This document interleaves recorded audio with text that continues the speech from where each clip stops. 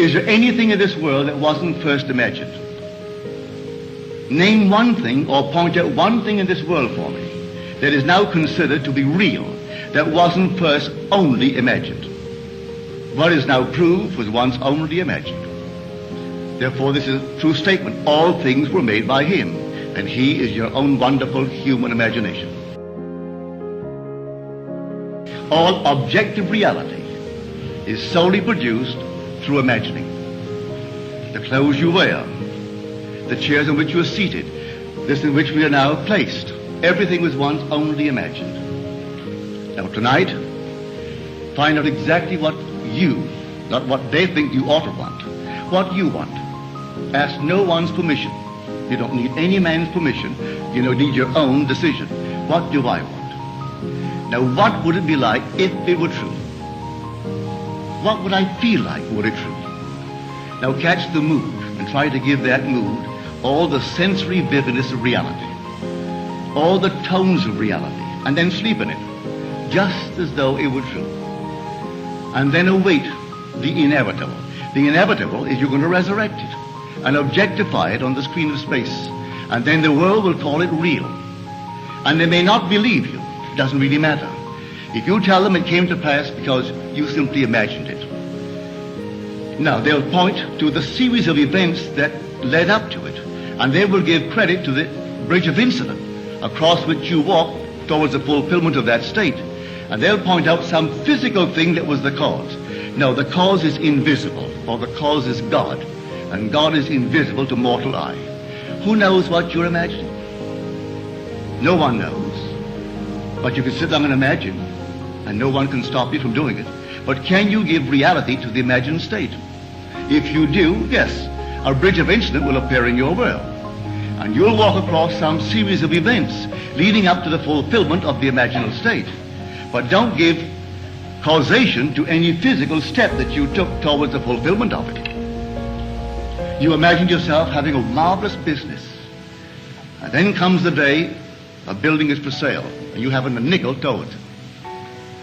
And not a total stranger, but a man comes in and asks you quite in a friendly manner, are you going to buy it? And knowing you don't have a penny, you say to him, as you would a friend to a friend, with what? And then he said, well, I have money. It's only in the bank drawing nothing. You say, well, I have no collateral. But he said, I've watched you. You're an honest person. Your family, they're honest. I think they are. Would you like me to buy it for you? Get my lawyer to bid for it. If they knew that I'm bidding, that I have money, they'll bid me up.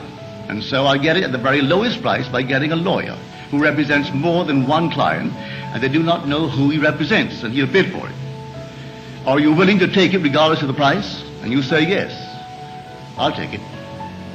But I have no collateral.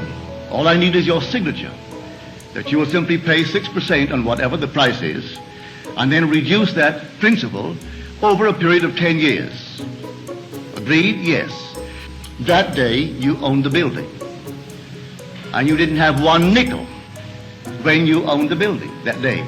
You only had your signature on a piece of paper. At the end of 10 years, you repaid the man his principal. You reduce it every year, paying him 6% on the remaining principal, and reduce the entire thing at the end of 10 years. That man dies 20 years later and leaves you $150,000 in cash, tax-free, and a couple of homes and many personal belongings. In the meanwhile, you continue in that business, and it multiplies and multiplies. And that year was 1922, 1924. This is now 1968. That building, I'm speaking factually, that building in 1924 is now gone. He paid only $50,000 for it. It was repaid and repaid. A bank 3 years ago bought the property, now the building was rotted, bought the property for $840,000 in cash and no capital gain.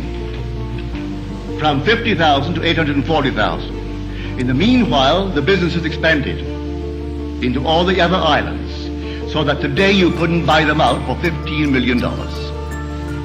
All in imagination. And this goes back to the imagination that preceded this man's offer to buy the building. For the young man, seeing this building and entertaining a thought that the present owners deceived his father and through deception got him out of a partnership, a junior partnership.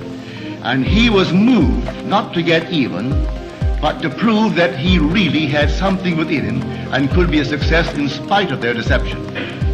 And so, every day he would see on that marquee, not their name, but his own family's name. And he would see it in his mind's eye, because you could not take their name and transliterate it and make it spell this man's family's name. But he saw it. And in his mind's eye, he saw that name, which, if true, would imply the family owned it. He did it every day, twice a day, for 2 years. And then came this sudden, out of the nowhere. And the whole thing was made possible, and today they're all over the islands.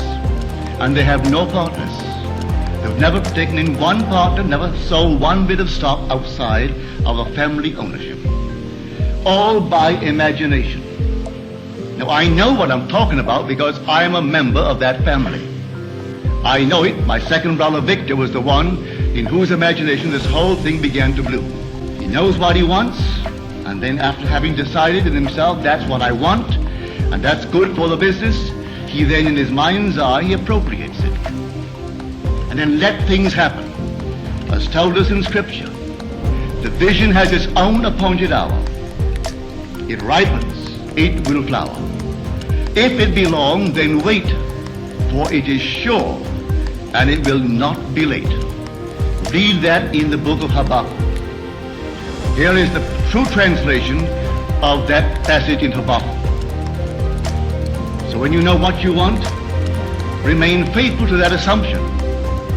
And the assumption, though at the moment is denied by your senses and denied by reason, if you persist in it, it will harden into fact.